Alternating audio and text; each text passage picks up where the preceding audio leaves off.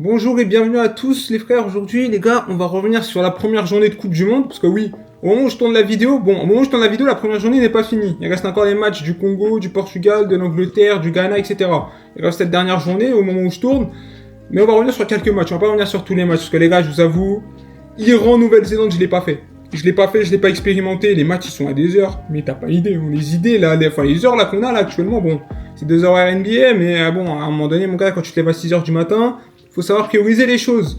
Du coup, on va commencer par les premiers matchs, évidemment. Donc, on va continuer. On va commencer par l'actualité fraîche. On va commencer par ce qui s'est passé cette nuit. Cette nuit, Lionel Messi a mis un triplé. Bon, les Algériens, oui, il aurait dû prendre carton rouge. En vrai, ce qu'il fait sur Aïssa Mendy, bon. Ah, c'est rouge, poteau. En vrai, je te mens pas, là, son intervention, Léo, je t'aime beaucoup, hein. Là, c'était rouge.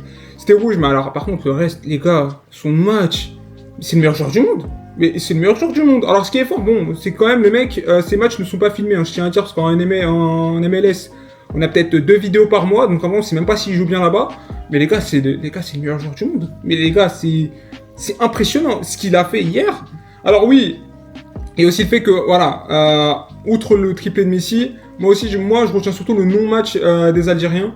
Je comprends pas comment tu gardes Petkovic. Après la CAN, ce qui s'est passé à la CAN contre le Nigeria, et cette passivité de ce mec-là est désastreux. Moi, je suis désolé. En plus, il a été prolongé par la FAF. Du coup, la Fédération Algérienne de Football l'a prolongé avant la CAN, enfin avant la CDM. Pourquoi faire? Honnêtement, il n'y a pas d'avenir avec lui. Les gars, l'Algérie a un vivier, a des talents. Les gars, c'est pas possible de donner ça entre les mains à un mec pareil. Pour moi, c'est pas possible. Mais voilà, visiblement, la fédération algérienne est satisfaite de son boulot. Ils ont été satisfaits de sa canne. Hein. Bon, on va savoir pourquoi. Mais en tout cas, voilà, la Pulga a mis un triplé. Les Muchachos, les gars, on repart. Hein. On repart sur une nouvelle aventure. Les Muchachos qui commencent par une victoire 3-0. Dans la même soirée, plus tôt, on a eu l'équipe de France qui s'est imposée 3-1 contre le Sénégal. Mbappé, hein. Mbappé, les gars. Mbappé, voilà, il fait un match. Alors, en vrai, si on est honnête, t'enlèves les buts. Parce que voilà, on va essayer de voir un peu ce qu'il a fait dans le jeu. Son match est quand même mid. Hein. Son match, il est mid, voire dégueulasse. Hein. Putain, ce qu'il fait dans le jeu, il rate des contrôles, il rate des trucs. Bon, tu sais pas vraiment, hein, c'est pas Mbappé hein, qui joue. Je pense que c'est son clone. Par contre, le poteau, il finit avec un doublé et un banger à la fin. C'est monstrueux. Ce qu'il faut comprendre, en fait, c'est que hier, le Sénégal fait pas un mauvais match. En fait, le truc, c'est que le Sénégal, à la mi-temps, doit mener pour moi. Ils ont des occasions. Ismaïla Assar, ce qu'il fait hier... Ah, honnêtement, il vend le Sénégal. Il le vend parce qu'en fait, le truc, c'est que face à l'équipe de France, t'as pas de marge. Sur ce genre de cas qu'il a, les grosses situations, faut marquer, gros. Faut marquer. T'as pas la marge contre ces mecs-là. Sur 10 minutes, la France, elle peut t'en mettre 2 ou 3. Faut marquer, faut concrétiser tes temps forts. Malheureusement, les Sénégalais ne concrétisent pas leurs temps forts. Alors qu'ils font vraiment, dans le jeu, ils font vraiment un très bon match. Voilà, Mbappé, Barcola, finition top, hein, pour un mec qu'on critique, les gars, le ballon piqué, il est parfait, hein, sur Edouard Mendy qui fait un gros match, hein, d'ailleurs, hein, le match d'Edouard Mendy hier, c'est quelque chose. Brahim Mbaye qui est rentré en jeu, les gars, par contre, le but qu'il met, est-ce qu'il a mis à Théo, je crois, Théo Hernandez, qui lui a mis, par contre, il l'a tué, il l'a vraiment tué. Mike Maignan abuse un peu sur la frappe, je trouve, quand même, il abuse un peu du truc, parce que pour moi, elle est évitable. Maintenant, voilà, Brahim Mbaye est un crack. J'espère qu'il sera titulaire à l'avenir pour les Sénégal, parce que vraiment, les gars, c'est un diamant. Le mec est vraiment trop fort. Derrière Mbappé, quoi. Mbappé qui met un but, bon, voilà. Le mec a décidé de tirer sur... bon, et il a décidé de tirer, voilà, c'est tout ce que je peux dire, les gars. Même moi, j'y croyais pas. Il avait dit, j'y croyais même pas. Il a tiré, il l'a mis en lucarne. Voilà. L'équipe de France s'impose 3-1, donc voilà, l'équipe de France... commence bien son mondial. On a eu quoi d'autre dans les autres matchs, les gars? J'ai ma tablette à côté, évidemment, pour voir un peu de quoi on pourrait parler. Le Brésil-Maroc. Le Brésil-Maroc que j'ai regardé avec des potes à moi. Il y avait des Marocains dans le lot, il y avait écoutez, tous mes potes trop peu. Les gars, la première mi-temps du Maroc, la première demi-heure du Maroc, elle est choquante. La première demi-heure du Maroc, les gars, elle est choquante. Les mecs, ils ont bouffé le Brésil de... En fait, jusqu'à l'égalisation de Vinicius, c'est un récital marocain. C'est un récital marocain concrétisé par Saïbari, top but, franchement, les gars, la lucidité qu'il a dans le geste, c'est parfait. En plus, il va signer au Bayern. Top signature, je pense, pour le Bayern, et puis même pour lui, pour sa carrière, c'est quand même un glow-up par rapport au PSV. La première demi-heure marocaine est choquante, avec un Ayoub Boadi. Ayoub Boadi, les gars, j'ai pas les mots, en vrai. Les gars, je vous dis la vérité, j'ai même pas les mots pour décrire Ayoub Boadi. Au milieu de terrain, il est beaucoup trop fort. Ses lectures de jeu, sa manière de défendre. Parce que les gars, il lit les passes des adversaires, t'as pas idée. Le mec est beaucoup trop fort, en fait, même techniquement, il est beaucoup trop fort. En fait, le truc, c'est quoi? C'est que pendant 30 minutes, plus 30 minutes, attends, ils ont égalisé à la combien de le Brésil? Le Brésil, ils ont égalisé à la 32e, ils leur mettent une tempête. Mais en fait, le truc, c'est que sur la seule occasion qu'ils concèdent vraiment, parce qu'il y a une tête d'Igor Thiago, mais vas-y, elle est dégueulasse. Sur la seule occasion qu'ils concèdent face aux Brésiliens, en fait, le problème, c'est Vinicius Junior, quoi. Vinicius Junior qui fait un match dégueulasse. Au global, hein, là, j'enlève son but. Il fait un match vraiment pas bon. Les gars, c'est le talent, hein. C'est le talent. Il met une forme de coche, je crois, El Ainaoui. Il met une frappe, elle est monstrueuse. Bounou, là, pour le coup, il peut rien faire. Hein. Si Bounou, autant, c'est un monstre, hein, mais là, vraiment, pour le coup, il peut rien faire. Un but partout, la deuxième mi-temps, je vais pas trop commenter parce que je vous dis la vérité, je l'ai pas regardé. Je sais juste que le Maroc, à la fin, ils ont une énorme occasion pour la gagner. Mais en tout cas, je voulais vraiment parler des 30 premières minutes marocaines parce que j'ai été choqué, j'ai été scié. Maintenant, pour le Maroc, le plus important, ça va être le banc.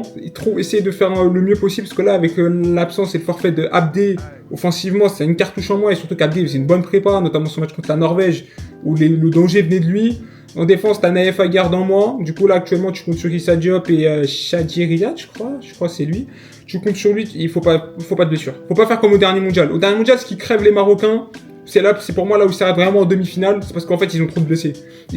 Alors je dis pas qu'ils auraient battu l'équipe de France en demi-finale au complet, hein, je dis pas ça, parce que bon, je sais pas comment ça parlait à base de si.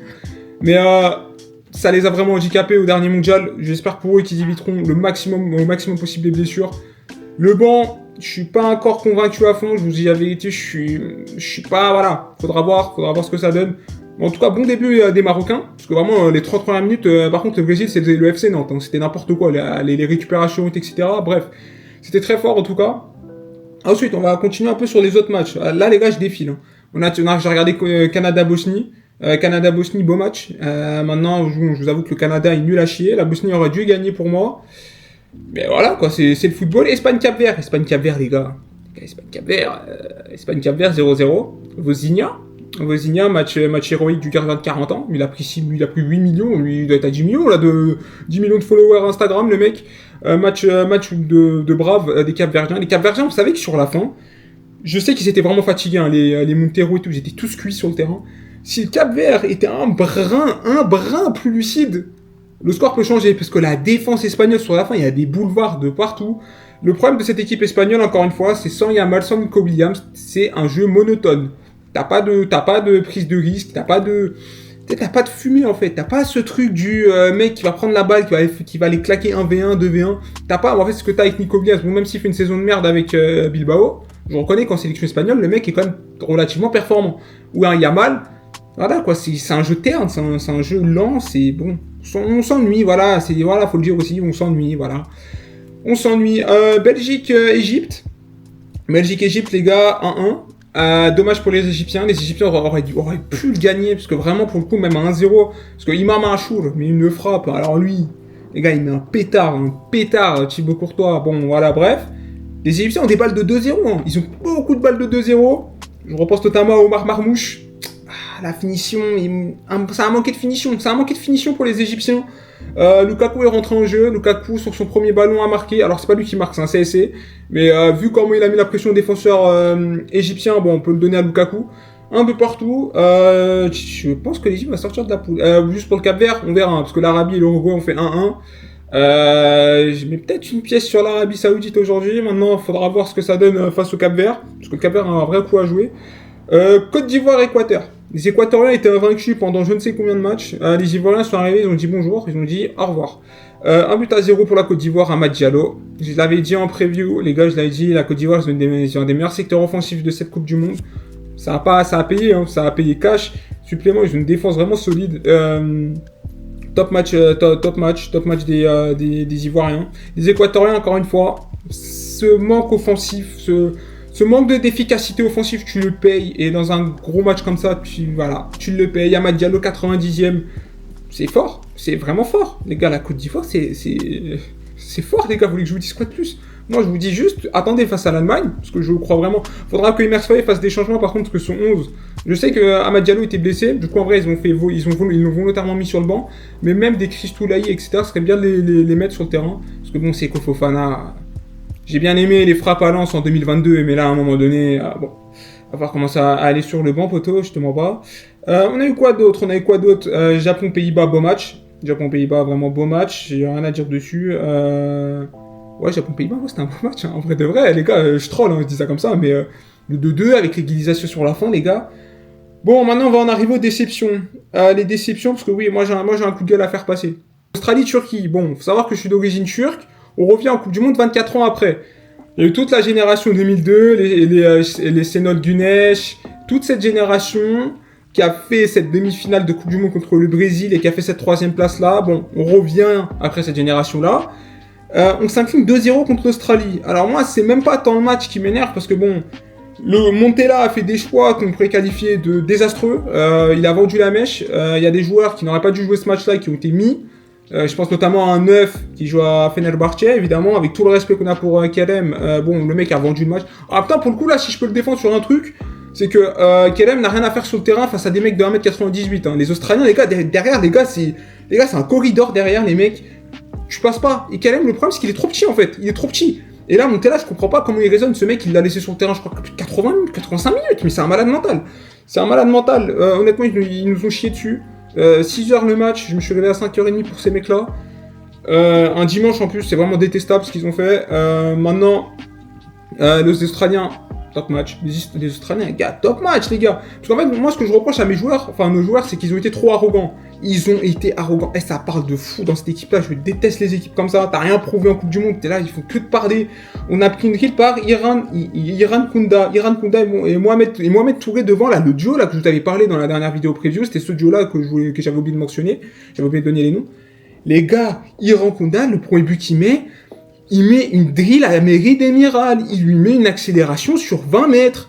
Il lui met une accélération sur 20 mètres, but. Derrière, bon, nous, on fait que tirer. Mais le problème, c'est que bon, on envoie des balles. On envoie des balles partout. On envoie des parpaings. Le jeu n'avait ni queue ni tête. Moi, l'image que je retiens de ce match, bon, malheureusement, voilà, quoi. C'est qu'à un moment donné, ces mecs-là font pleurer les petits. Qu'est-ce que vous voulez que je vous dise? Connard Medcalf, il nous met le deuxième but. Bon. J'ai rien à rajouter d'autre. La frappe était peut-être arrêtable. En vrai, je sais pas. En vrai, j'étais tellement énervé après le match. 2-0, on est condamné à battre le Paraguay et les États-Unis pour se qualifier. À minima, tu peux faire 4 points, t'es qualifié. Maintenant, voilà quoi, les gars, c'est à un moment donné, reprenez-vous, s'il vous plaît, parce qu'à un moment donné, moi, j'en ai marre en fait. J'en ai marre. Et à un moment donné, c'est juste, on a marre de vivre, voilà. C'est des trahisons. Et s'il fallait définir un mot pour ce match-là, c'est acte de trahison. Ce qu'ils m'ont fait à ce match-là, les gars, j'oublierai pas ce qu'ils m'ont fait. Vraiment, j'espère sortez des poules au moins. Faites un 16e ou un 8e. C'est bon, ça m'ira pleinement, même si bon, en vrai, j'espère un quart de finale, en vrai, mais bon. Je vais pas vous mentir que les gars, là, je suis redescendu, même moi, je suis redescendu de mes ambitions. Ensuite, pour le dernier match, bon, là, en vrai, moi, je vous l'ai dit, les gars, je suis d'origine turque. Bon, je peux me plaindre de mon pays, hein, évidemment, mais alors, je n'égalerai pas la Tunisie, mais la Tunisie, c'est extraordinaire ce qui se passe. Donc la Tunisie s'est inclinée 5-1 face à la Suède. Donc déjà prendre 5 buts de la Suède, et notamment faire revivre Alexander Isak qui était dans le coma toute l'année à Liverpool, c'est quand même une performance. Surtout moi cette sélection tunisienne, je l'aime beaucoup, mais bon, la Mouchi ça a pas pris. Et ça a pas payé parce que bon, premier match de Coupe du Monde, il a été viré. Après le 5-0 face à la Belgique en amical, la fédération tunisienne a décidé de le virer. Il a été viré après le premier match de Coupe du Monde. Non, c'est quand même bon, déjà c'est du jamais vu. Surtout en fait, non, attendez, ouais, il faut que je revienne dessus vite fait. Regardez les buts que les Tunisiens encaissent. Les gars, c'est un sketch. Le premier but, c'est vraiment une paralysie. Mais c'est quoi En fait, je savais même pas que c'était possible d'encaisser des buts comme ça. Ils prennent des buts, c'est du n'importe quoi. Ils encaissent, bref, je comprends pas. Même moi, j'ai pas compris, j'étais devant mon truc. Je dis, mais les gars, vous faites exprès ou quoi? Ils ont fait que d'encaisser des buts, what the fuck. Ensuite, du coup, à la fin du match, voilà, comme je vous l'ai dit, Sabri Lamouchi viré, tu te dis, mais les gars, cette entame de Coupe du Monde exceptionnelle, bon là, tu t'attends plus à rien. Et là, il y a Hervé Renard qui vient pour une mission commando. Hervé Renard, il est là que pour 2 matchs. Apparemment, ça n'a même pas parlé de l'après. Donc après, ça se trouve, le mec, il est là juste pour faire 2 matchs, il se barre. Ce qui peut être aussi, bon, ça peut être lunaire en même temps, la fédération tunisienne. Bon, après, l'arrivée d'Hervé Renard, c'est décidé au niveau de l'État tunisien. Ça aussi, je pense, ils ont débloqué les fonds pour payer notamment son salaire, etc. La Tunisie, on verra ce qui se passe, mais être tunisien à ce moment-là, franchement, je me plains de mon équipe, mais vraiment les Tunisiens, je me plains encore plus les frères, parce que c'est du délire absolu. J'espère que pour les frères tunisiens, ça ira. Je les ai mis 2e de poule. Bon, le problème, c'est qu'en fait, la Suède est l'équipe en théorie la plus faible, parce que là maintenant, il faut se taper le Japon et les Pays-Bas. Donc on verra ce que ça donne pour eux. Est-ce que la mission commando va passer ou pas? Moi, honnêtement, ouais, ça pue. En fait, le problème des Tunisiens, c'est que ça manque de talent. Le meilleur talent de cette équipe, c'est Hannibal Mejbri. Le problème, c'est que derrière c'est un peu un trou, quoi. C'est le néant. Pourtant, t'as des joueurs, hein, les Tounekti, les Tonekti, les Garbi, c'est des bons joueurs de foot, mais bon, voilà, c'est à un moment donné, c'est peut-être pas ce qu'il faut pour le niveau, le très très haut niveau. Et là, on parle de la Coupe du Monde, c'est vraiment le gratin du football. En tout cas, voilà, force à mes frères tunisiens. J'espère que ça ira pour vous. Nous, on s'attrape pour une prochaine vidéo. On parlera de la deuxième journée de ce mondial-là. On reviendra, on essaiera de revenir toutes les semaines sur chacune des journées et les phases à élimination directe. Prenez soin de vous, les frères, et faites attention à vous. Et puis, nous, on se dit à la prochaine pour une prochaine vidéo. Allez, ciao, les frères.